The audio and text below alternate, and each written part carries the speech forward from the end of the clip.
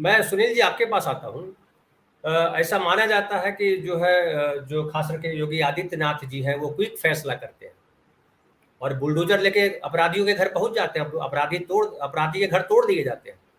तो ये तो जनता के लिए बड़ी अच्छी बात है, अपराधियों को आप जो है बुलडोजर से ढहा देते हैं।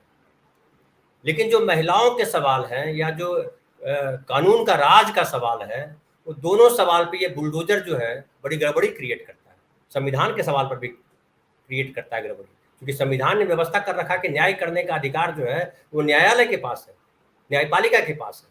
तो बुलडोजर लेकर के समझिए एक लड़के ने, किसी ने बदमाशी की और उसका घर ढहा देते हैं, तो उस घर में तो और भी लोग रहते हैं, खाली वो लड़का नहीं रहता, वो आदमी नहीं रहता है, उसकी पत्नी भी होगी, माँ भी होगी, बेटी भी होगी, और भी लोग होंगे। तो ये अधिकार जो आप ले लेते हैं कानून का राज स्थापित करने के नाम पे, और पब्लिक खुश हो जाती है कि वाह वाह वाह कितना बढ़िया, तुरंत फैसला हो जाता है। अदालत में तो बहुत लंबा समय लग जाता है, यहाँ तुरंत फैसला कर दिया जाता है। तो आपको क्या लगता है कि वाकई वो फैसला जो है बड़ा जनता पे असर करता है, नागरिकों पे बड़ा अच्छा प्रभाव है उसका, और जो क्विक फैसला से महिलाएं बड़ी सुरक्षित है, महिलाओं के जीवन में भी जो बदलाव आ गया, क्योंकि महिलाएं अपने, ठीक है वो घर में भी रहें, मान लिया वो कहते हैं कि महिलाओं का स्थान जो है वो घर संभालना है, लेकिन उनके बच्चे, उनके पति, वो तो बाहर जाते हैं। उनकी सुरक्षा कितनी जो है रह पाती है इस तरह के व्यवस्था में, इस तरह के सरकार में, वो उस पर जरा प्रकाश डालें। धन्यवाद धनंजय जी। हम लोग 7 लोग आपके इस कार्यक्रम में उपस्थित हैं। कोई एक आदमी ये कह दे कि अपने घर में वो ताला बंद करके ले 5 दिन के लिए घर छोड़ के चला जाएगा, इस राज्य में कानून व्यवस्था बहुत अच्छी बात है, सब सुरक्षित है, इन 7 में से कोई इस विश्वास का व्यक्ति हो, मैं मान लेता हूं। आप कहते हैं कि बुलडोजर से त्वरित आपने न्याय कर दिया, बहुत अच्छी बात है, कर दीजिए। किसी का घर गिराते समय आपने कहा क्या कि अपराधी है इसलिए मैं इसे घर गिराया हूं। आप कहते क्या है कि साहब इंक्रोचमेंट है, यह नक्शे से पास नहीं है। आपने कहा कि इन्होंने कब्जा कर लिया है। किसके बारे में, कि कौन सा मकान गिराते समय आपने कहा कि ये अपराधी हैं, इन्होंने हत्या किया है, इस अपराध में शामिल थे इसलिए मैंने घर गिरा दिया। सबके घर गिराने के अलग अलग कारण बताए गए। तो क्या अगर कोई अलग कारण बता करके आप दूसरा उद्देश्य हासिल कर सकते हैं क्या? कि बात आप करें अपराधियों के खिलाफ कार्रवाई की और मकान गिरा हुआ इस बिना पर कि बिना नक्शे के पास है वो, तो वह विकास प्राधिकरण के ऊपर तो टिप्पणी हो सकती है, कानून व्यवस्था बेहतर बनाने के ऊपर तो टिप्पणी नहीं हो सकती। दूसरी चीज, आप बुलडोजर चला दीजिए ना, कौन रोक रहा है आपको? आपके हाथ में बुलडोजर चलाते रहिए। आपने हासिल क्या किया उससे? क्या इस देश, इस राज्य में लोगों के अंदर सुरक्षा के भाव बहुत अच्छे हो गए, अपराधियों में डर पैदा हो गया, आपराधिक जो कार्रवाइयां थी वो बहुत त्वरित गति से चलने लगी। आपके साथ कोई आपराधिक घटना हो जाए और आप में इतना विश्वास पैदा हो जाए कि मैं तुरंत जाऊंगा थाने में, एफआईआर दर्ज हो जाएगी। अगर आपने किसी मामले में एफआईआर दर्ज किया है तो वो समयबद्ध तरीके से उसकी जांच हो जा रही है, समयबद्ध तरीके से उसमें आप चार्जशीट दाखिल कर दे रहे हैं, समयबद्ध तरीके से आप उसकी सुनवाई करा दे रहे हैं। कौन सा काम आपने कर दिया जो कानून व्यवस्था को बेहतर बनाता? दूसरी चीज, आप प्रगति की बात कर लीजिए।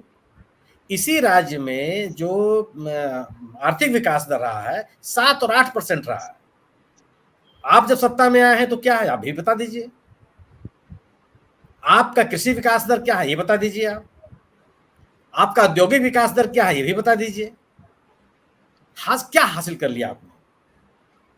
अगर आप बात करेंगे, आप डेवलपमेंट की अगर आप बात करते हैं तो मैं मानता हूं कि समाजवादियों की सरकार सबसे बेहतर रही है। मुलायम इस राज्य में अगर बेहतर स्वास्थ्य व्यवस्था है तो मैं इसका श्रेय मुलायम सिंह यादव को देता हूं।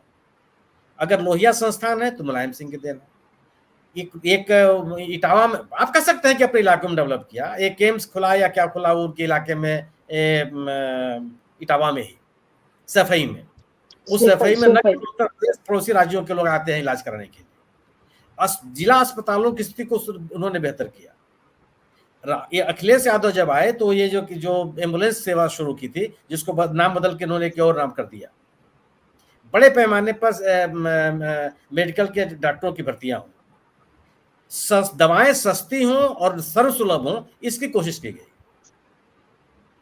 अखिलेश के बाप कह सकते हैं, अखिलेश के आने से एक जो परंपरागत विकास, माने सड़क बिजली पानी से आगे बढ़कर के किसी ने सोचना शुरू किया कि एक्सप्रेस वे भी होना चाहिए, मेट्रो भी होनी चाहिए, पढ़े लिखे लड़कों के हाथ में लैपटॉप भी होना चाहिए। बाहर के जो औद्योगिक घराने के लोग हैं वो आकर के कम से कम निवेश भी यहाँ करें। जो निजी क्षेत्र के बिजली उत्पादक करता उत्तर प्रदेश में आए, ये समाजवादी पार्टी की एक पहल थी। और कई रोजा वगैरह में कई जगह प्राइवेट ऑपरेटर्स आकर के उन्होंने बिजली का उत्पादन शुरू किया। क्या हुआ, कैसे, सब पे आप टिप्पणी कर सकते हैं, लेकिन एक कोशिश की गई। इसमें कोई तो राय नहीं है कि मायावती जी के जमाने में कानून, जिसको डर कहते हैं, वो था लोगों के अंदर। लेकिन वो डर केवल इसलिए, मुझको यह डर नहीं था कि मैं आनंद वर्धन से झगड़ा कर लूंगा तो मेरा कोई कुछ बिगाड़ लेगा। यह डर था कि किसी SC/ST के साथ झगड़ा मत कीजिए। और SC/ST के पास इतनी ताकत थी कि अगर उसके ऊपर पेशाब करना तो छोड़ दीजिए, सोच नहीं सकते थे आप। और अगर आपने दुर्भाग्य से कर भी दिया तो आपको दौड़ा लेगा वो चुपचाप पेशाब होता हुआ देखेगा नहीं। इतना सशक्तिकरण किया था मायावती जी।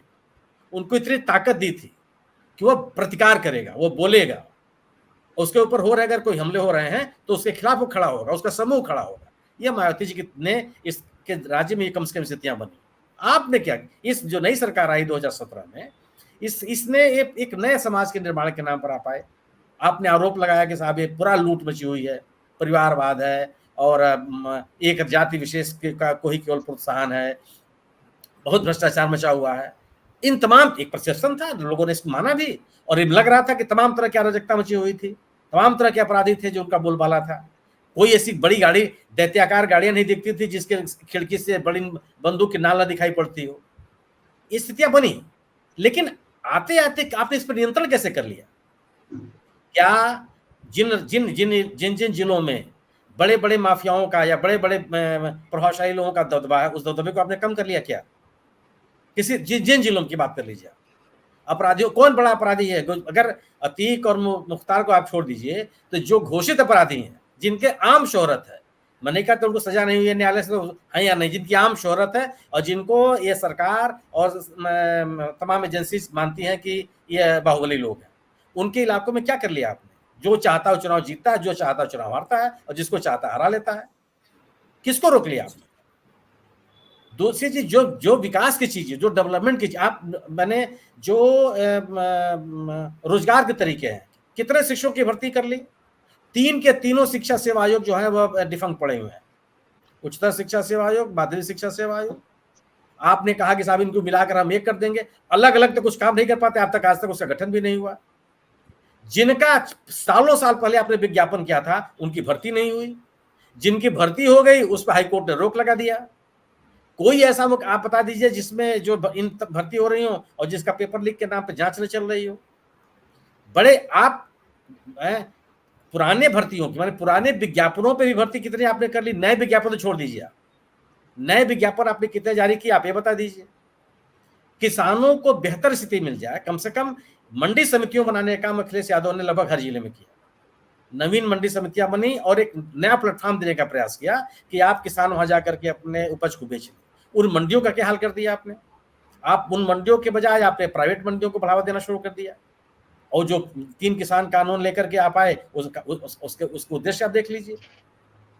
आप पूरी की पूरी जो बात हम लोग कर रहे हैं कि जो धार्मिक आयोजन है, आप कहते हैं कि मैं औद्योगिक विकास करूंगा, आप ये कहते हैं कि आप जो इसलिए हाईवे की जरूरत है कि लोगों की पहुंच, लोगों के यातायात सुगम हो और जल्दी से जल्दी जगह पहुंचा जा सके। और करते हैं क्या है आप कि पूरे 1 महीने सड़क का एक तरफा बंद कर दिया आपने, एक हिस्सा बंद रहेगा, उस पर केवल कांवड़िया चलेंगे। और कांवड़िया कैसे चल रहे हैं आप देख लीजिए। आप पूरी मेरठ से लेकर हरिद्वार तक की स्थिति क्या पूछ लीजिए। गाजियाबाद, मेरठ, नोएडा में जो इसेंशियल आवश्यक चीजें हैं उनकी आपूर्ति का हालचाल पूछ लीजिए आप क्या है। आप अन्य लोगों की सुविधाओं को अनदेखा करके अपने धार्मिक उद्देश्यों की थोड़ी पूर्ति करते हैं। मैं कहता हूं कि कोई कांवड़िया जा रहे हैं तो हमको सुरक्षा आपको देनी चाहिए, लेकिन जो अन्य नागरिक है जो उस कांवड़ में शामिल नहीं है उसका भी तो कोई अधिकार है। मैं आपके पास वापस आता हूं, मैं सुनील जी आपके पास आता हूं।